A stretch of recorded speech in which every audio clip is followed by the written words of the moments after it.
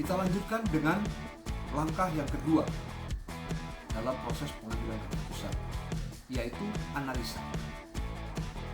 Analisa merupakan suatu usaha untuk mengamati dan memikirkan secara detail sesuatu hal, baik berupa informasi, benda, ataupun kejadian dengan cara menguraikan unsur-unsur pembentukannya, perintah dan kejadian untuk dikaji lebih lanjut sehingga dapat diambil suatu kesimpulan untuk tindakan selanjutnya. Yang dimaksud dengan memikirkan secara detail sesuatu hal, baik berupa informasi dan menguraikan unsur-unsurnya adalah bahwa setiap informasi ataupun perintah harus kita analisa dengan benar. Artinya, dalam menganalisa kita harus tahu aspek-aspek yang penting apa saja dalam suatu perintah atau informasi untuk kita analisa, sehingga kita bisa dapat menguraikan apa yang terkandung dalam perintah yang diberikan kepada kita, atau apa yang hal-hal yang penting terkandung dalam suatu kejadian yang kita lihat. Yang paling penting dalam menganalisa adalah kita harus mengetahui siapa, apa, bila mana,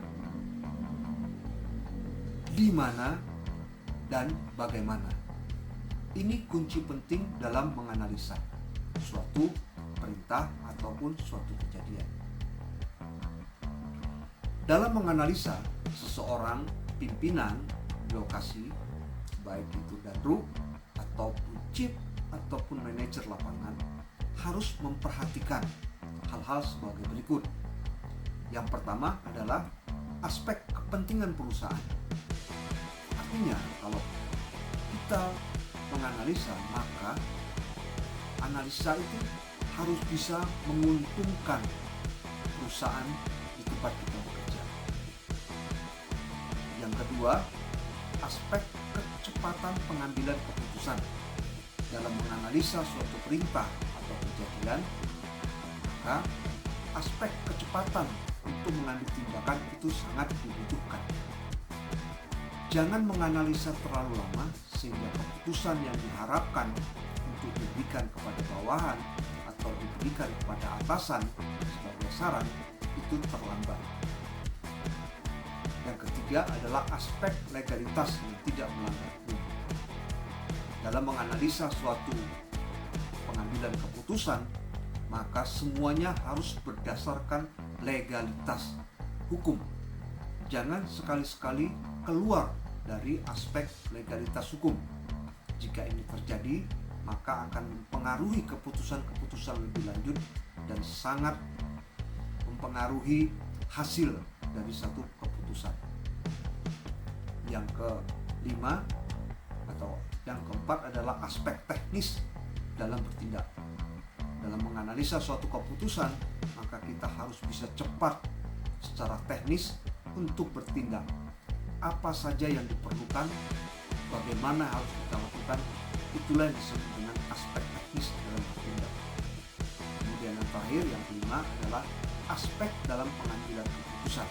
Artinya, dalam menganalisa, maka kita harus mengetahui apa akibat, apa pengaruh dari pengambilan keputusan yang akan kita putuskan, baik itu jangka pendek ataupun jangka panjang.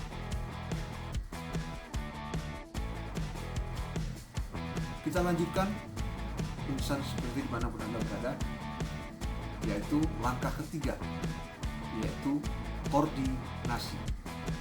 Apa itu koordinasi? Koordinasi adalah suatu kegiatan yang dilakukan oleh seorang atau staf yang melibatkan beberapa orang atau staf lainnya, baik sederajat ataupun tidak sederajat, namun diberikan kewenangan untuk berkoordinasi guna mengambil suatu kesamaan tindakan atau kesamaan informasi yang terintegrasi dan tersusun sesuai dengan urut-urutan, sehingga masing-masing staf atau orang yang berkepentingan dapat berjalan sesuai dengan rencana yang telah direncanakan. dan dapat mencapai tujuan bersama dengan baik. Koordinasi biasanya gampang diucapkan, namun sulit untuk dilaksanakan di beberapa lokasi atau di beberapa chief ataupun leader.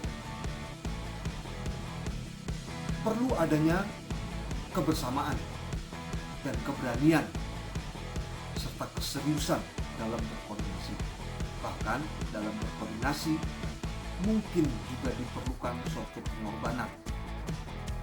Namun, jika koordinasi sudah sering dilakukan dan merupakan suatu kegiatan yang sangat penting dalam setiap tindakan, maka koordinasi akan menghasilkan suatu proses yang sangat mudah dalam pengambilan keputusan. Koordinasi adalah dilaksanakan oleh orang yang mempunyai fungsi dan jabatan yang satu level di setiap lokasi. Contoh, jika dia seorang chief, maka dia berkoordinasi dengan chief engineering, chief parking, atau chief cleaning, atau dengan orang yang ditunjuk oleh klien untuk berkoordinasi.